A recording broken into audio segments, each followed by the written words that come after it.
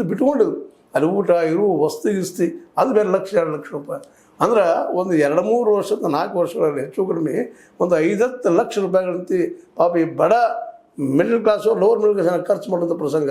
ಅದಕ್ಕೆ ಸಾಲ ತೆಗೆದು ಮನೆ ಮಾರು ಇದು ಬಂಗಾರ ಮಾರು ಇದೆಲ್ಲ ಮಾಡುವಂಥವ್ರ ತಂದೆ ಪರಿಸ್ಥಿತಿ ಏನಾಗಿರ್ಬೋದು ಅಂತ ಇವತ್ತು ಮೋದಿಯವರು ಹೇಳ್ಬೋದು, ಧರ್ಮೇಂದ್ರ ಪ್ರಧಾನ್ ಅವರು ಹೇಳ್ಬೋದು, ಎಲ್ಲರೂ ಹೇಳ್ಬೋದು, ವಿರೋಧ ಪಕ್ಷದವ್ರು ಹೇಳ್ಬೋದು, ಇಲ್ಲ ನಾವು ಅದು ಮಾಡ್ತೀವಿ ಹಾಗೆ ಹೀಗೆ.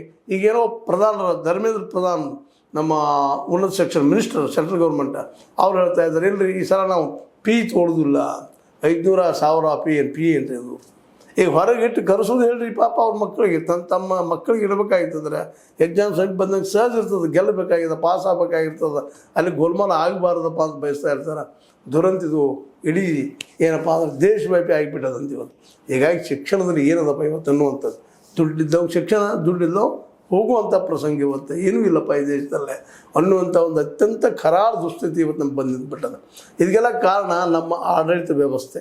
ಇವತ್ತು ಏನೋ ಕಾಂಗ್ರೆಸ್ ಇರಲಿಲ್ಲ, ಇದ್ದ ರಾಜ್ಯಗಳಲ್ಲಿ ಎಷ್ಟು ಮಟ್ಟಿಗೆ ಇಂಪ್ರೂವ್ ಆಗಿದ್ದು ಹೇಳಿಕ್ಕೆ ಸಾಧ್ಯ ಇಲ್ಲ.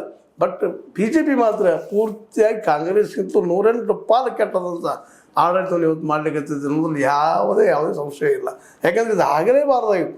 ಈವನ್ UPSC ಸಹಿತ ಕ್ವಶನ್ ಲೀಕ್ ಆಗ್ತಾ ಇದ್ದಾವೆ, ಸುದ್ದಿಗಳು ಬರ್ತಾ ಇದ್ದಾವೆ.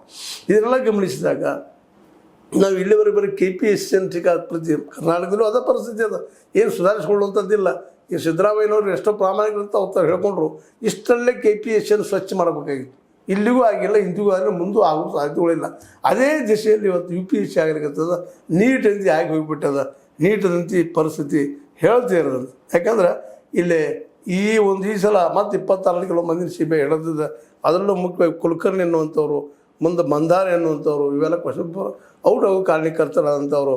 ಅದರಲ್ಲೂ ಸಸ್ಯ ವಿಜ್ಞಾನ ಉಪನ್ಯಾಸಕ ಆದಂತಹ ನಮ್ಮ ಏನಪ್ಪ ಮಂದಾರೆ ಮನಿಷಾ ಮಂದಾರೆ, ಅದನ್ನು